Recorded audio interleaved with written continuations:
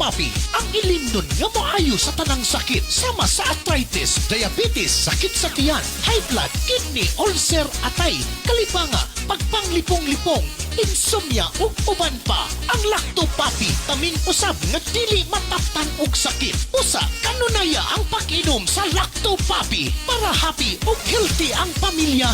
Mag-Lacto Papi kitang tanan. Mag-Lacto Papi. Lacto Papi, ilimnon alang sa tanan. Lacto Papi, palit na. Lacto Papi, ilimnon nindot kaayo. Number 1, sa tanang sakit kini mo ayo. Lacto Papi, tambal nga pagkaan nindot. Pagka okay, di ba? Wow. O kini man nalipod pa, inakanunaya. Lacto Papi, mapaitim na. Lacto Papi, kanunaya. Lacto Papi, masaligan na. Dali, dali na. Mag-Lacto Papi, ilimnon para sa tanan. Sige na, dali na. Sa Lacto Papi, mahappy ang pamilya. Sige na, dali na. Palit na. Sige, sige na.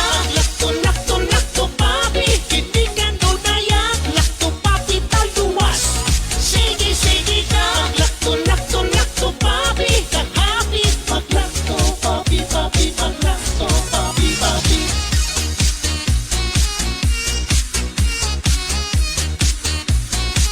Mag-Lacto Papi.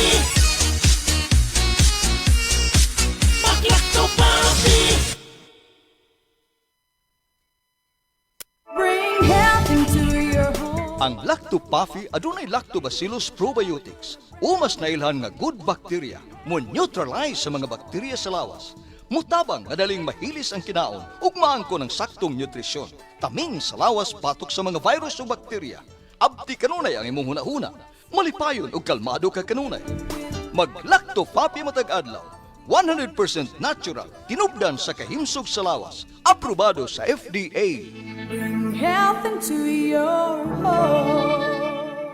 Tulungan ang iyong katawan na makaiwas sa high cholesterol, high blood, diabetes, heart problems. Ugaling uminom ng Lacto Puffy Health Supplement araw-araw. Ang probiotics drink na tutulong sa inyong katawan na makaiwas sa sakit 24/7. Bring health into your home. Uminom na ng Lacto Puffy Health Drink. Mabibili na po sa inyong mga suking butika. Bring health into your home. Lacto Puffy Health Alert. Likayi ang cancer. Ang lactobacilli adunay anti-cancer activity nga mohulong sa pagtubo sa mga cancer-promoting bacteria. Napamatud-an nga ang Lacto Puffy Health Drink adunay live lactobacilli strains. Ang pag-inom og Lacto Puffy Health Drink matag adlaw moprotektar kanimo sa mga cancer activity nga mahimong nagtubo sa kalawasan. Inom og Lacto Puffy and bring health into your home. Bring health into your home.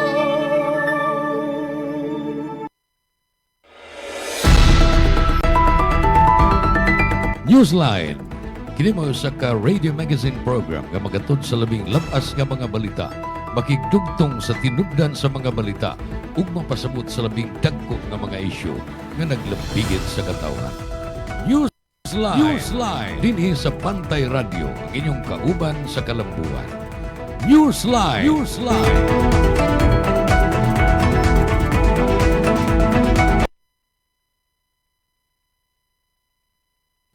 Mga igala maayong adlaw o niya nasab ning aton tulumanon Newsline. Adlaw nga Biyernes, Petsa 24 nining tuig 2026. Hinautuntang daghantang mag-uban karon nining atong tulumanon kay galaan.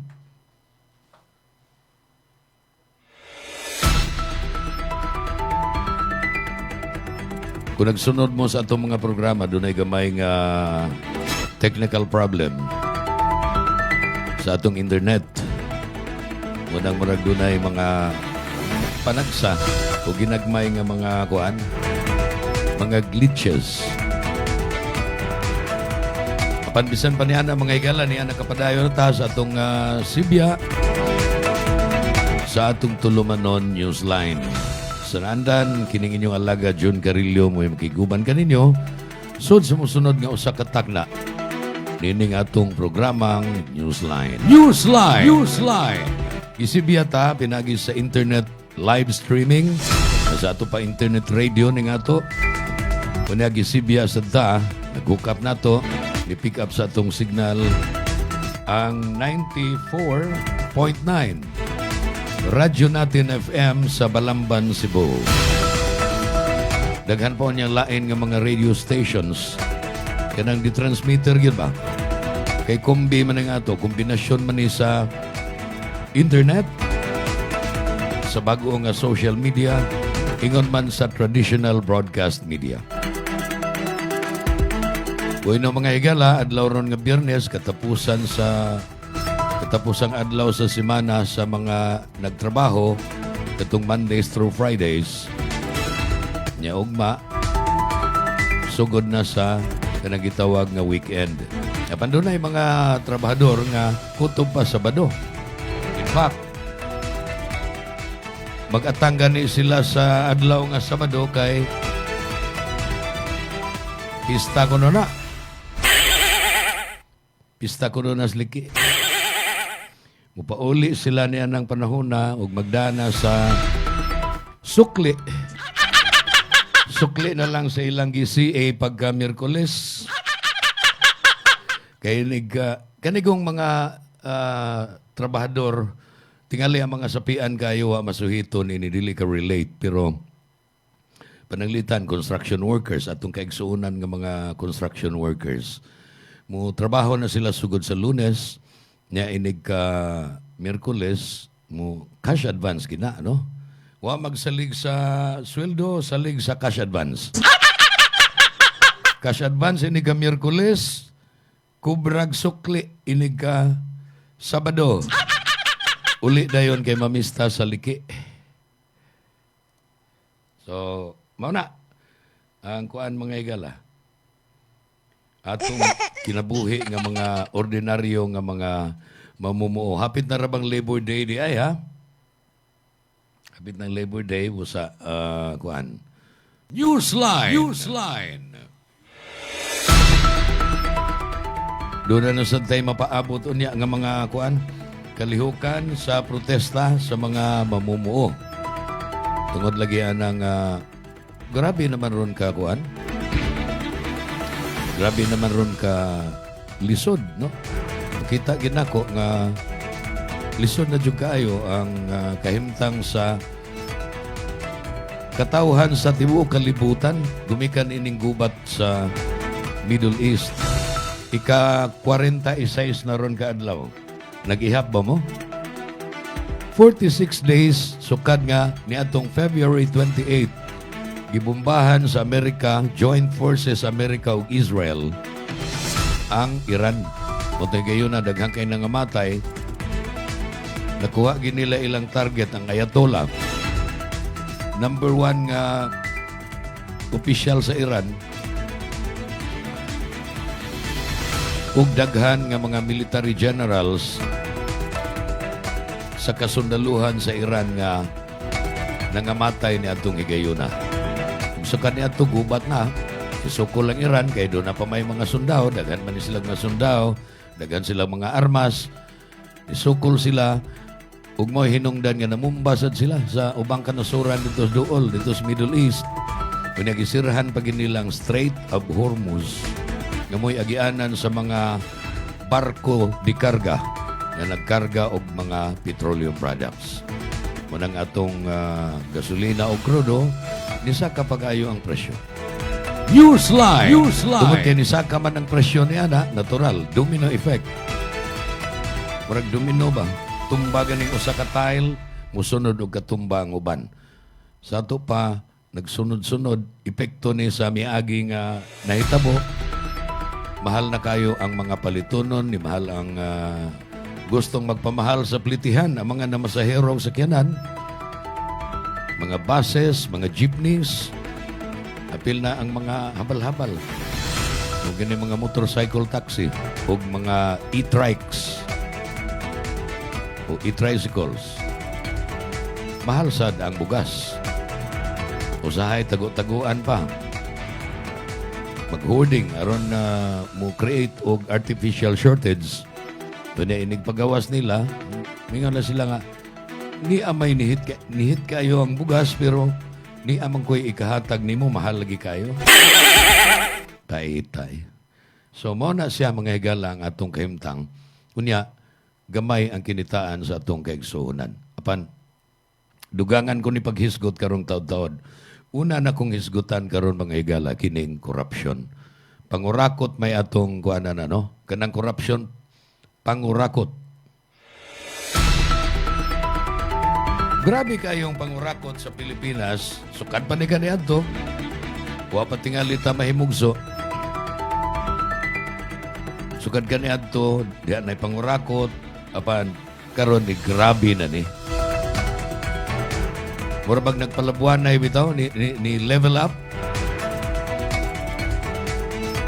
Ug unya kita samtang ni atanining maong sitwasyon mainiton tang mo makig-away umulaban sa atong gilabanan. Mao dayoy akong mahimong example, mahuna-hunaan nga example, kining panagribal, panag-away, tali sa mga politikanhong kampo nga naguna din sa atong nasod. Ang akong ipasabot mo ang kampo sa mga Duterte, pinanguluhan ni anhing Presidente Digong, o karon tuaman si kanhi Presidente Digong sa ICC, tuaman sa The Hague, kay husayonon ng iyang mga kasong against humanity, ang iyang anak nga Vice Presidente, Sara Duterte, gikihapod og impeachment. Nya ang pasangil lagi nga doon na sila'y korupsyon. Doon na sila'y pangurakot. Ang namasangil sad, kining administrasyon karon nga gipanguluhan ni Bongbong Marcos, otro sad, mas dagko pagani og pangurakot. So unsa man gyud? Magpili ta ring gamay-gamay og pangurakot o kining dako-dako og pangurakot para nako wa gid tayo mapili. Dili kita magpili anang kinsay kurakot kay ang angayan gid ta nga mulingkod sa mga pwesto sa gobyerno kana man nga dunay proven integrity. Kinahanglang accountable to the people. Sa ato pa muhatag yun og kwentas klaras og wa ba niya usik-usiki ang buhis nga atong gibayad ngadto sa gobyerno. Kay kanang buhis gud nga atong ibayad aron man na mo function ng gobyerno sa ato pakitay nagsweldo sa presidente, vice presidente, mga senador, mga department o cabinet secretaries and down the line. Atong buhis na ang gibayad. Unya og dili na siya bantayan, peligro og mahurot lang dayon. Kining mga public officials gitawag ni og vanguards of the people's money. Sila'y mugwardya unta. Sila'y tigbantay. Parehabas bantay radio, tigbantay tag na ay mga kaywian o ni ato dahil ibulgar diri. Newsline! Newsline! Sila'y tigbantay sa people's money. Ubuhis na to nga mga tao. Mga dagko o tampo nga mga magbubuhis o gagmay nga mga magbubuhis just the same. Magbubuhis ta. Apan, unsa may mahitabo kung ang tigbantay maoy mo sa lakay. Ang tigbantay nga dili kawaton ni bisan kinsa diha sa gawas ang atong kwarta. Uy, ang tigbantay may mukawat hinoon. Sumaw ni. Example ni nako nining atong subject matter nga pangurakot. Nganong mahitabo man ang pangurakot? Una, wa ta makatarong og pili na sayop ta. Og pili sa atong mga public officials. Gikan sa presidente, vice presidente, kanang mga senador. Nasayop tagpili ana nila. Ikaduha, ang sitwasyon dunay naghatag nilag dako kayong oportunidad nga makapangawat. Kay human beings as we are, Animal mo ta. Di mo mutuo nga animal ta. We belong to the animal kingdom. So naagi ng atong pagkahayop. Doon na tay kinaiyang nga predatory. Kung gamay gani, ha? Doon na gani gamay, kanon sa dako. Kalitan ilaga. Makita nagliyon o makita na og iring, predation na gidayon. Sumaw po ni sa tao mga higala.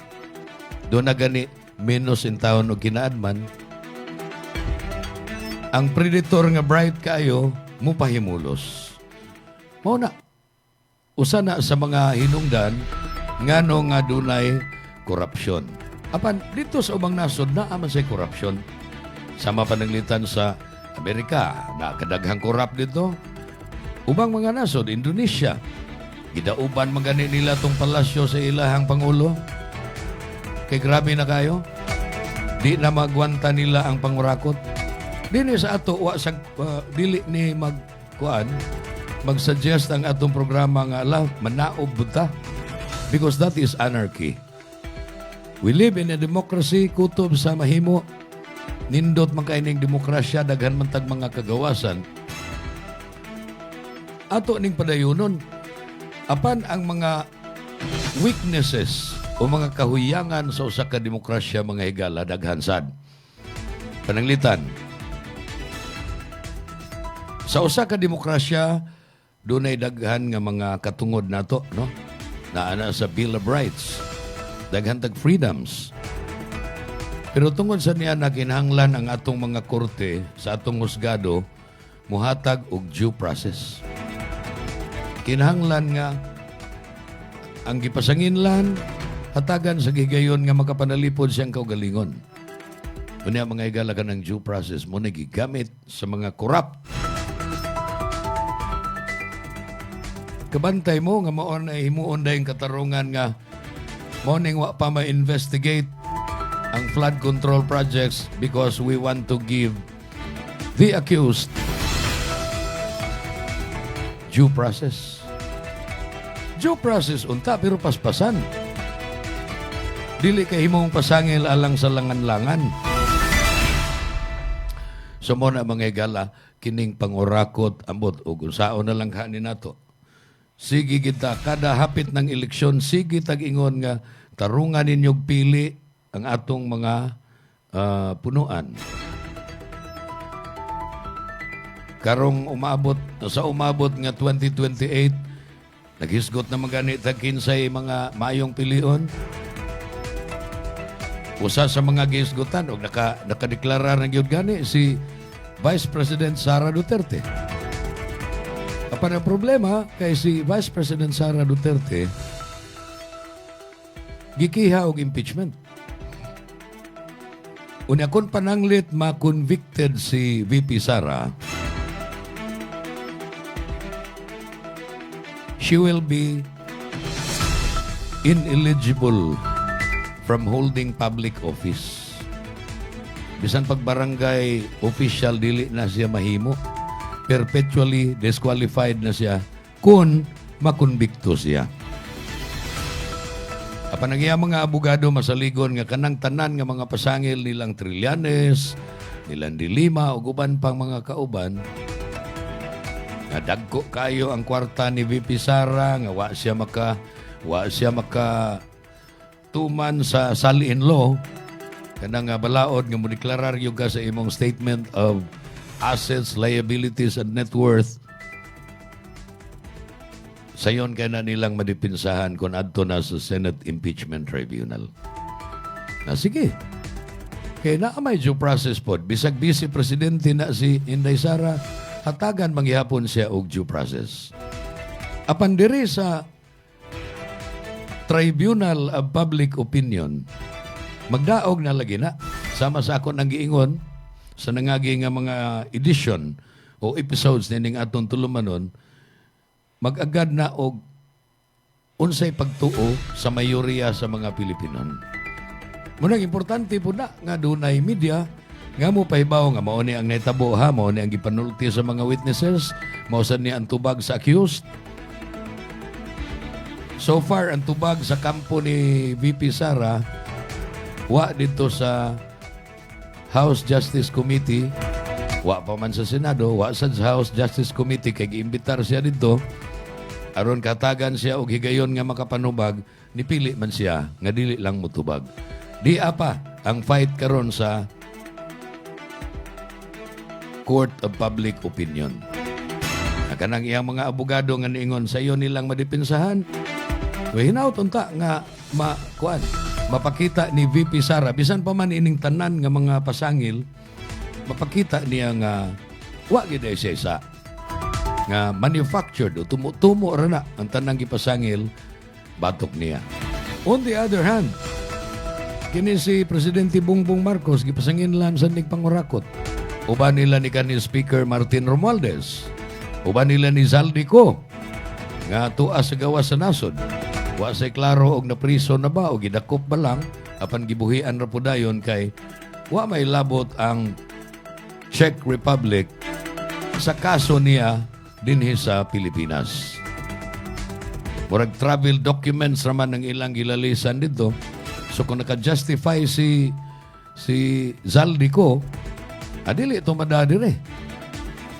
Or ang ato bang gobyerno niingon nga kining administrasyon bakaha. Sila bakas BBM o si Martin Romualdez ang niingon nga Czech Republic ayaw lang sa nag-ipadadire. So mao na mga igalawa kita kay baog unsa. Apan ang mga tinagsip, mga portion sa mga kasayuran basta na-available ato ginadayong buhian din sa Bantay Radyo para sa inyong kasayuran. Napadayon ta sa paghisgot bahin ining pangurakot. Unsa man di ay alkansi nato ni anang pangurakot. Bisan ginagmay gani nga corruption mga higala, alkansi na ta. Apan murag man negligible na. Kanang gagmay ra kayo. Kaning minilyon, binilyon, o trinilyon ka pesos nga mga pangurakot. Malali mo na, 1.7 trilyon na kunoy nakawat sa korupsyon. Sukad pa kaniadto sa administrasyon ni kanhi Presidente Digong o karon sa pamahuman nga administrasyon ni Presidente Bongbong, grabe ang pangurakot. Nya kanang 1.7 trilyon pesos. Pila na magkakaeskwelahan unta ang matukod. Suwa na untay magklase diya sa ilawom sa punuan sa kahoy. O ilawom sa shade sa mga kahoy. Pila na ka mga hospital o mga hospital equipment ang napalit. O napatukod nga hospital, napalit nga mga hospital equipment, kunwa pa na kurakuta. Nga kapahimusla na tong tanan. Ang problema na to mga higala sa korupsyon, complex problem. Una, tungod sa atong human nature nga kung makalugar, huwag ganim kakita. Kasagaran, mukuan yun, mupabadlong yun, no? Sabi kay wa may nagtanaw, muna nga mubuhat og dili maayo. Anara siya magbuhat og maayo kon naa siya sa taliwa sa daghang mga tao. May pagka-animal instinct. Muna mga igala. Kanya, kining atong justice system, kanang giingog hoodlums in robes, mga dungganan, mga halangdon unta, nga mga huwes, without mentioning names, natud pa madam sa nagsuborno. Nya, fiscal down the line, police, ug uban pa nga mga ahensya sa gobyerno, prone to corruption. Nadili hinon tanan ang sagad ra ba natong buhaton nga do na gani masakpan nimo diha nga huwes nga nidawat og suborno aron mo pabor ang iyang desisyon sa usa sa mga litigants Kanabang nagkasangka ba sa buruka, litigans man na sila. Nya mo pabor gani ang huwes dito tungod kay dunay daghan kayong kwarta nga gihilom pagtunol nga niya. Ato dayong sawayon ang tibuok judiciary. Newsline. Example sa diri sa PNP, sa Philippine National Police. Panalitan makakita gani kag kurakot o abusado nga pulis, ang tibuok PNP mo atong daoton. Jutay rabaya na silang mga bad eggs. Sa judiciary dili tanan. Dunay daghan kaing ligdong diha apan nadaot angan sa ilang ahensya tungod lang sa pipila nga mga dili maayo og binuhatan. Mao sad na sa uban pang mga organisasyon, pulis, military, DPWH, grabe ka notorious. Mao kuno ni ang labing kurakot nga mga ahensya mga higala, DPWH, BIR, Bureau of Customs. Grabe ang pangurakot diha. Pero ayaw taon ninyo og awaya, ayaw taon ninyo og initi ng inyong silingan diha nga trabahador nining maong mga ehensya kay pipilara na. Katuran na nagkupot og tag-as kayo nga ranggo niya ng maong mga ehensya mo dunay power sa pagpahigayon o pagpangurakot. So, dili na to mutuo gihapon ta sa mga institutions. Mutuo gihapon ta sa mga agencies ko. Kung dili na natutuuhan, mahog na tag-failed state. Pakyas ang atong nasod. Wala na'y gobyerno ang musunod niya na mga higala, anarchy. Kanang bisag kinsa na lang bitaw, brasuhay na lang.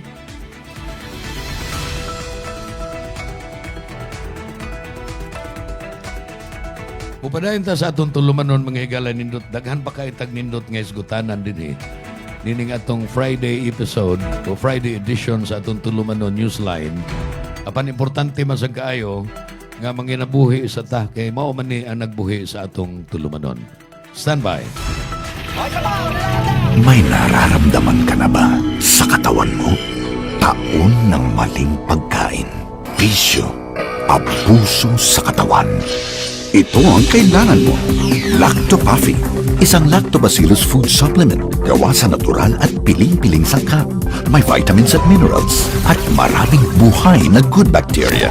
Pampalakas ng resistensya. Mag-Lactopafi araw-araw. Natural ang galing.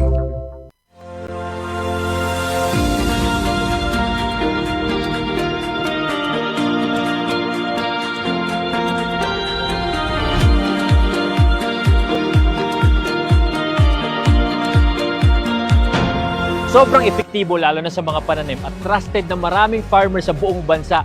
Una na dyan ay ang Lactoplant na isang organic foliar fertilizer na pumoprotekta laban sa acidity ng lupa at nagbibigay ng magandang nutrisyon na nagre-resulta ng malaking 40% increase ng pagdami ng bunga. Sunod ay ang Icon na isang organic insect control na nagtataboy ng mga insektong sumisira sa mga pananim dahilan ng pagkalugi ng maraming magsasaka. At ang panghuli ay Antika na nagtatanggal naman ng pagkalanta at pagkasunog ng dahon na sanhi ng bakterya at fungus. Lahat ng to ay non-toxic, 100% organic at higit sa lahat, safe sa kalusugan ng mga farmers. At ito pa ang good news, proud locally made nga din pala to dito mismo sa Pilipinas. Available ang Icon, Antika at Lactoplant sa iba't ibang lugar sa Luz Vimin. At available nga pala to sa online para mas convenient sa'yo.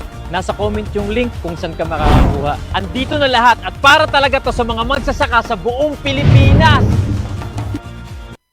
Kung ikaw ay may hika, hyperacidity, ulcer, diarrhea, constipation, arthritis at hemorrhoids, ugaliin na ang pag-inom ng Lactopafi Health Supplement araw-araw. Ang probiotics drink na tutulong sa iyong katawan na makaiwas sa sakit 24/7. Bring health into your home. Uminom na ng Lactopafi Health Supplement. Mabibili na po sa inyong mga suking botika. Tulungan ng inyong katawan na makaiwas sa singaw, tonsillitis, ubo, hyperacidity, dysmenorrhea, tagihawa, kawat, sakit ng ngipin, sore throat, lagnat, allergies, skin diseases at sinusitis. Ugaling uminom ng Lactopafi Health Supplement araw-araw. Ang probiotic drinks na tutulong sa inyong katawan na makaiwas sa sakit 24/7. Bring health into your home. Uminom na ng Lactopafi Health Drink. Mabibili na ito sa inyong mga suking butika.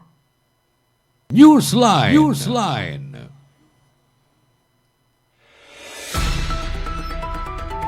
Balik ta sa itong tulumanon mga igalang ato laging hisgutan kining korupsyon. Kanian to, doon na na'y korupsyon, pila na kadekada, apan nagkasamot, nag-level up. Usa na siya sa mga ills of a democracy. Kaysa demokrasya, God, sama sa ako nang ingon kaganiha, gikinahanglan gid ng paghatag ni bisan kinsa sa due process. Unya ka ng due process, langan kayo. O gani, ang uban, bisan unta og mahimog dalion, mao na lang nahimong excuse nga due process mangunta, dili na nato madali-dali. So, mangutana mo na kung saon ni pagsulba, daghanang mga namunuan, labi na mga politiko nga nangarisgar, inig panahon sa campaign period, daghan na kayong nisaad nga sulbaron tana. Dili masulbad ni. Masulbad ni pinaagi sa hinugpong nga pagtinabangay. Pagtinabangay natong tanan, no? Kinahanglan ta nga mutampo. Bisa gamay lang. Labi pang mayog dako. Mutampo ta aron nga manindot-nindot na niya ang kahimtang sa atong nasod, mawagtang-wagtang na ni, primero magkaminos na ning korupsyon. Aron ang atong mga anak, kung atong mga apo unya, sa ilan ng panahon, wa na tadiris kalibutan, dili na kaayo sila, ay daghanaw niya kaayong mga eskwelahan, nindot ng healthcare, o ang tanan nga mga basic, batakan nga mga serbisyo, pagalagad sa katawhan, naanaon niya. Dito bitaw sa mangutana ko sa akong mga amigo o mga paryente nga nakaadto sa Amerika, sa Canada, sa Australia. Yung sila dagko kay buhis dire. Hapit good 1/3. Mag-income ka og mag-income kag 100,000. Mga 30,000 buhis. Gamay na lang kag take home pay. Pero nindot sa kayo. Kay ang buhis ilaman sang gidapat sa mga nindot nga karsada, free healthcare ug uban pang mga kaayuhan. Newsline. Newsline. Sa ato pa dili mag-uol. Dili masakit. Ang naghatag og dakong buhis kay naipunta man ngadto sa mga importante kayo nga mga government services nga makabulahan sa katawhan. Dinhi sa ato buhis. Buhis. Buhis. Unya, pamalibad lang nga, wa pamanguna kay kuan pa na, gilalisan pa na sa executive ug legislative department, mao na nga, wa pa makalusot ang budget. Pasangil, wa gyud. Wa gyoy. Sinsiro ba o tinud-anay bitawng tinguha nga makapahilo na sa sitwasyon nga mabulahan ang mga tao. Kining mga kitang mga ordinaryo nga mga tao, mga higala, may nang mahibaw mo. Wa pa mo kahibaw, anak.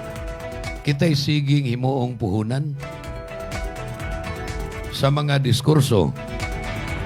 Kita'y siging himuong puhunan. Mao na nga mas maayog yun nga tanaw na to o kanang nagsulti, iya bang gibuhat. Kanihan to si katong kanhi Governor Gwen Garcia niingon nga walk the talk. Ang buhat mo'y pasultihon. Dili ang sulti mo'y pabuhaton. Kaya na may mga tao nga mailang sa sulti apanwa sa buhat. Gusto man itong iya ha. Pero ambot ka ha o gi-apply ba po to ni kanhi Governor Gwen? Ha? Iyahabas ang gi-practice, ang iyang gi-preach. Tingali, daghan ang wa mo tuo nga gi-practice niya ang iyang gipanudlo nga sulti ang dili sulti ang pabuhaton kun dili buhat ang pasultihon. Kasi may labay ang eleksyon. Gibiyaan man siya sa neophyte. Wa pa mailhi gani natong higayon nga si Pambari 4. Gibiyaan man siya og kapin sa 300,000 votes. So, daghan tingali ang wa mo tuo nga sulti ang iyang gipabuhat. Dili kay buhat ang iyang gipasulti. Of course, daghan ang mga kuan, daghan ang mga nahimo niya apan daghan sang wa. Panaglitan.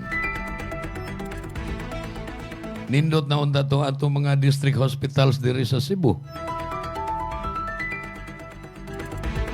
Nahimo ng level 1 nga mga hospital. Sa ato pa mas dako na og capability. Pagtambal sa mga masakiton, wa man niya to padayuna. Kang Junjun Davide mangud to. Panahon pang Governor Junjun Davide, iyan ang yatiman pag-ayo ang public health. Nahuna tingali ni kanhi Governor Gwen nga, uy, ug ako ning padayunon magtuo sila nga kang Junjun man na. So ang credit will go to Junjun Davide. Nagusto siya nga whatever she does, ang credit adto niya. So, ingon niya ana, ang sad reality, sad commentary sa atong kahimtang. Muna nga, mubilib ko sa, bisan sa kabatan-o ni Vico Soto. Dili si Tito Soto, ha? Bilib si ko ng Tito Soto. Okay naman na siya. Pero si Vico Soto, nga iyang pag-umangkon, anak ni Vic, ug ni Connie, Pasig man ni siya, no? Pasig ni Vico Soto. Katong nagpildi ba ni Sara Diskaya sa milabayng eleksyon. Mingon si Vico Soto, dili paigo nga bright lang ka. Kinahanglan sad nga maay kang tao. Newsline. Tinuod man na. Kay kung bright kayo ka, pero dili ka maayong tao, ang imong batasan, imo man ang gamiton para sa imong personal o dili para sa kinabagaan sa katawan.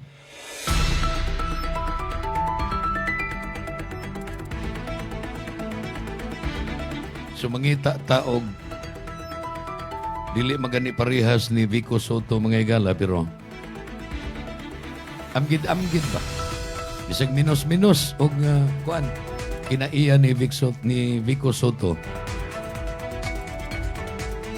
Mo'y atong pilion nga ibutang sa nagkalain-laing mga pwesto sa gobyerno. Newsline. Numdumi ha, dili igo nga bright o lantip og salabutan ang atong piliong opisyal. Labi pang dili pud igo nga kanang sikat o inila lang. Kaya og inila na siya, o saman kanang sinsiro ka na siya nga mualagad sa mga tao. Kinalapanidaan ginato. Naon niya, pananglitan atong banggaon si Inday Sara o si Martin. Nakakay makita nilang duha nga sinsiro? Ha? Marcos, dili naman na ikabangga ni Inday Sara kay last term naman niya. O sarman ka 6-year term ang termino sa presidente, dili na nakalansar usab. Gawas lang magpinarihan ni siyang GMA nga mulansar siya vice president. Parehaba ning gibuhat ron sa mga mayor, di lang ko mag-mention og kinsa. Mayor, 3 consecutive 3-year terms. Ang mayor nga bana, 3 ka tuig, primerong term. Ikaduhang kuan, 6 ka tuig, ikatulo, 9 ka tuig. Dili naman katugutan sa balaod nga mulansar pa siya, iyang asawa, iyang palansaron. iyang asawa, iyang palansaro na sagmayor. Siya, imbis mo pahuway, unta, siyam na gud siya katuig ang nagmayor, unsa pa may iyang balikan, na siya nalimtan. Palansar og vice. Ngayon siya nga, kanatingaling inigtupad nilag higda sa kagabhion. Ngayon sila nga, puli-pulihan tala ni day. Puli-pulihan lang nila, tagsiyam katuig ang pagka-mayor sa kalungsod. Pero ang lungsod nga ilang yalagaran kunuhay, wag yung asenso. Nakakita mong mga ingonana, mga higala. Bati kay serbisyo, apan inig-eleksyon, lansar na yun, kunya, daggo kay budget sa pallets buto.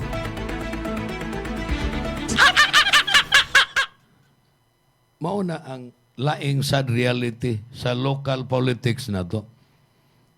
3 terms, kanang term limit, gituyo na sa Batakang Balaod, mga higala. Aron nga dili na unta magpadayon ba, lain-lain unta ang serbisyo. Lain-laing mga tao ang makaserbisyo sa publiko nga masuwayan sa katawhan. Pero, ug dunay laing mulansar, di man sad kadaog. Unsaon pagdaog nga kwartahay naman ng eleksyon. Kung mag-isgot ka kwarta ka to naglingkod og siyam katuig, minus ka tong kwarta sa challenger nga mao palay pagsugod. So mo na nga magpadayon yun unya katong kwarta sa bana nga naglingkod og siyam katuig. Mo na sa to'y gastuhon sa pagpadaog sa asawa. Siyan say puling mayor. Vice mayor lang sa kuday. So padayon ang kalipay. Apan ang pagsubo sa mga tao, padayon sad. Angay na to ning kurhian, mga higala. Dili na ta magpatakag butar ini ka eleksyon. Layo pa man ang 2028. Doon na patay duha ka tuig kapin pagpaniid. Kinsay mga tao nga posibleng manglansar sa nagkalain, lain nga pwesto sa gobyerno, unya kinsa nila ang muigo sa katong giingon ni Vic Soto nga dili igo nga utukan ka lang kung dili kinahanglang maayo kang tao. Newsline. Kay kung maay kang tao god, dili ka makaako nga imo bitong padatuon og maayo ang imong kaugalingon, bahala nagpubri kayo tong mga tao dito sa imong gialagaran nga lugar.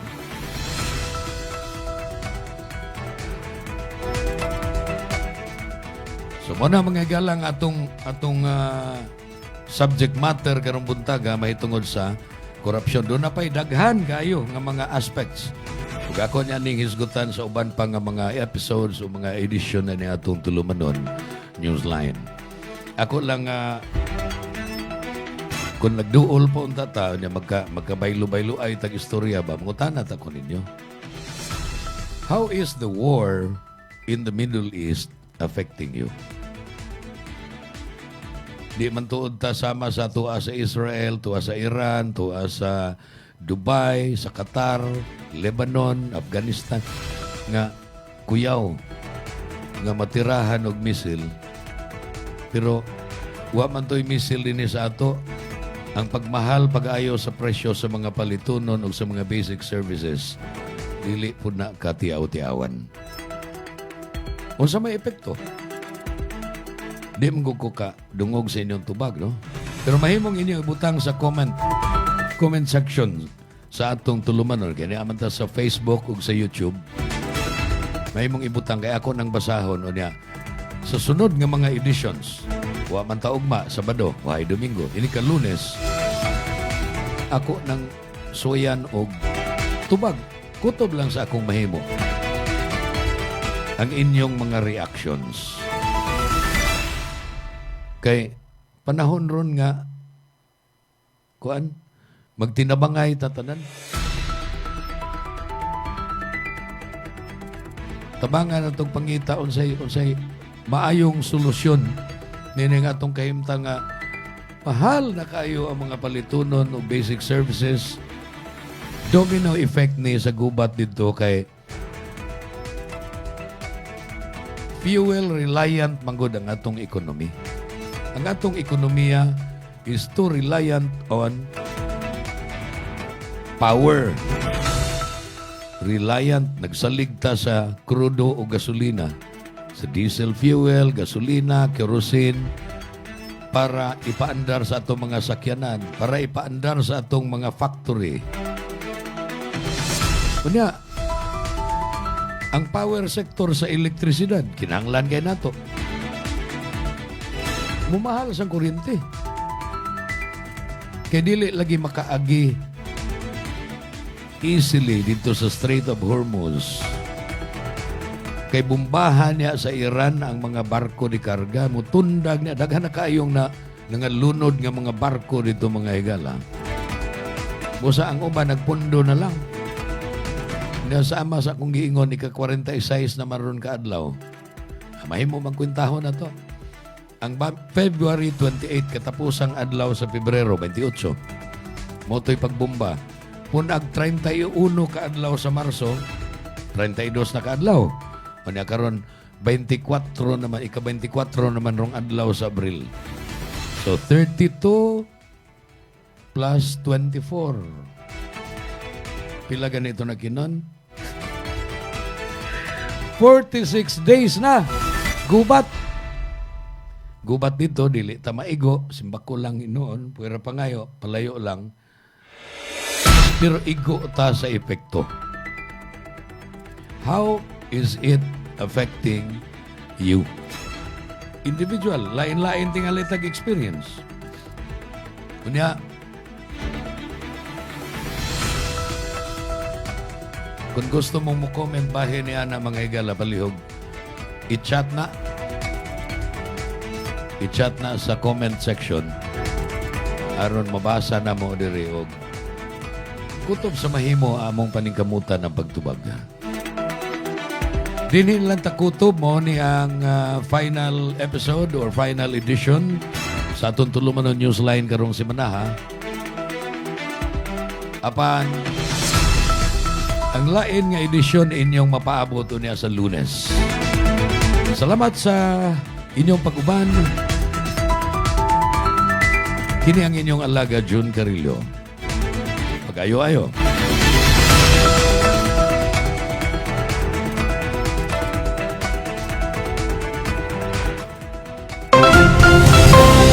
Ito ang Bantay Radio, nagbabantay sa sambayanang Pilipino.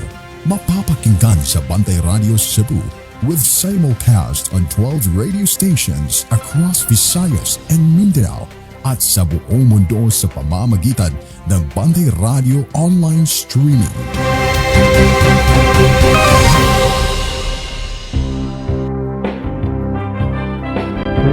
Hour service Bantay Radio